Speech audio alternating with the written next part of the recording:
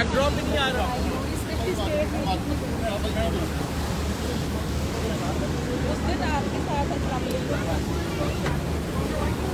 Yes it is. جب آپ آئی تھی ابایا پہنا ہوا تھا. مجھے یاد آ گیا.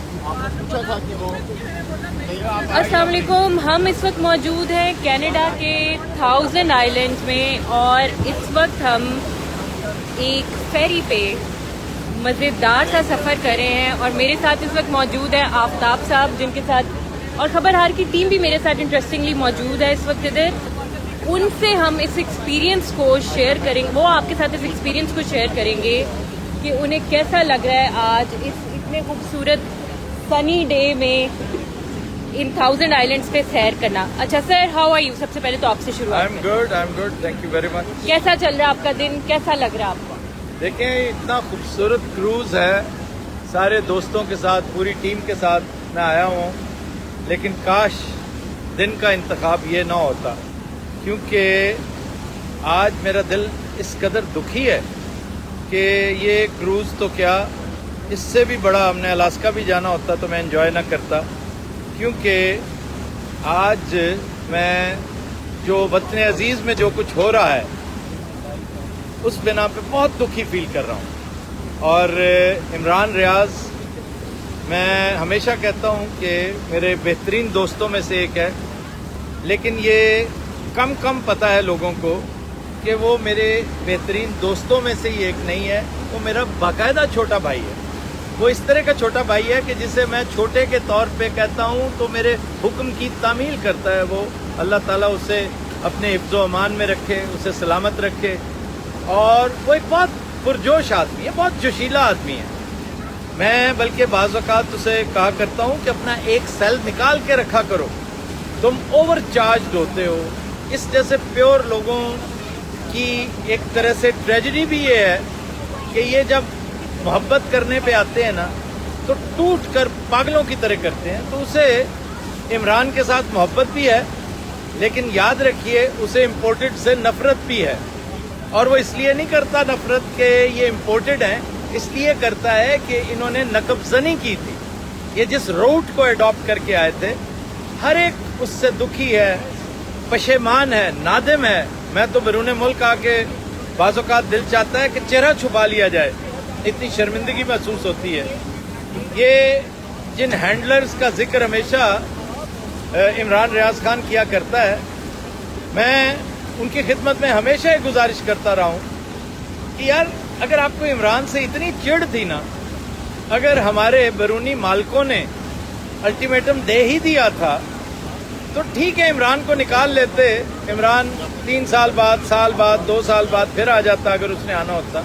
لیکن یہ جو کچھ آپ نے ہمارے سروں پہ تھوپ دیا ہے، اس سے تو یقین کریں وہ بھی بہت شرمندہ ہوگا جس نے عمران کو نکلوایا ہے.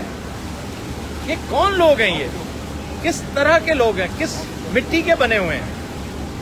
اور دیکھیں یہ جو اس وقت کی جو رولنگ ایلیٹ ہے پاکستان میں، جس میں سب شامل ہیں، جو اس وقت حکمرانی کر رہے ہیں، پاکستان کی جو گدھا گاڑی ہے اس کی باغیں ان کے ہاتھ میں ہیں اور وہ اس کو چیریٹ کی طرح بھگانے کی ناکام کوشش کر رہی ہیں. میں ان سے پہلے یہ کہا کرتا تھا کہ تم نے عمران خان کے لیے اتنی مہربانی کی ہے کہ میں سمجھتا ہوں کہ عمران کے والد کے بعد اگر اسے کسی اور کا احسان مند ہونا چاہیے تو وہ تم لوگ ہو کہ ایک مری ہوئی پی ٹی آئی میں تم نے پھر سے جان ڈال دی. وہ عمران جس کا اپروول ریٹ 10% سے بھی نیچے آ چکا تھا، وہ 80s کو کراس کر گیا ہے. پوری دنیا میں لوگ اس سے محبت کرتے تھے، اب اس کو واپس لانا اپنی ضد سمجھتے ہیں.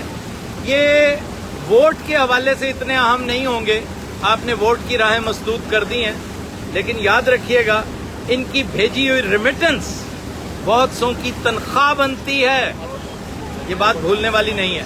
سر جیسے آپ خود بھی مینشن کرتے ہیں اور میں خود اس کی وٹنس ہوں، دیکھتی ہوں کہ جو ہرڈلز انہوں نے کریٹ کرنے کی کوشش کی ہیں وہ ان کے حق میں ہی گئی ہیں. دیکھو، اور یہ کیسی آخری کمال بات. ان کے تابوت میں آخری کیل اور عمران خان کے لیے جو بیسٹ بات ہے وہ یہ کہ یہ لاشعوری طور پہ عمران کو لاتعداد جانشین مہیا کر رہے ہیں.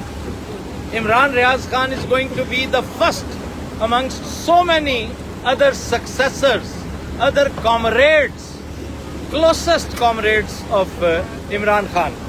تو اسی طرح کے 5-7 اور عمران ریاض پیدا ہو جائیں گے. میں اب بھی کہتا ہوں عقل کے ناخن لو, سمجھداری کا ثبوت دو فار اے چینج. وہ کہ سمجھداری کا تمہارے ساتھ بہت کم عمل دخل ہے, تو اب بھی وقت ہے یہ جو خرابی کر چکے ہو اس کو انڈو کرو, ورنہ یہ وہ نوخنوں کی لگائی ہوتی ہیں جو دانتوں سے کھولنی پڑتی ہیں. ہمیں اوپر جانا ہے کیونکہ وہ ہمیں کہہ رہے ہیں کہ یہاں پہ سیف نہیں ہے. وہ جگہ وہ کہہ رہے ہیں کہ اس کو یہاں سے ایویکیویٹ کریں. اچھا جی, اب ہم ساتھ لائیو کہہ رہے تھے. اچھا یہ اتنے کراؤڈ میں ہم آگے میرے خیال انہوں نے ڈاک کرنی ہے یہاں. ہاں ڈاک ہونے لگے.